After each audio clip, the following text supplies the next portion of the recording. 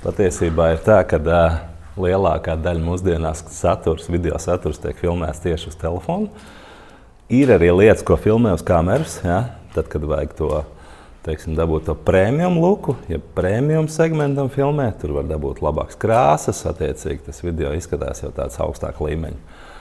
Bet viss ikdienas saturs, Rīli, TikToki, nezinu, Facebookam un visiem pārējiem, tur tieši uz telefonu viss tiek, jo te viņš vienmēr ir līdzi, viņš ir pa rokai, viņam ir 3 objektīvi atšķirībā no kameras. Ar kameru tur bišķiņ tas process viss ilgāk notiek, tur jāpamaina optika, kā saka, jāpieliek skaņa atsevišķi, viss, kā saka, ir bišķiņ citos līmeņos.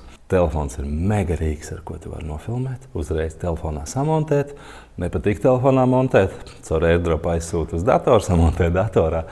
Vienvārds sakot, tas ir megarīgs, kur vēl daudzi uzņēmēji nav līdz galam novērtējuši.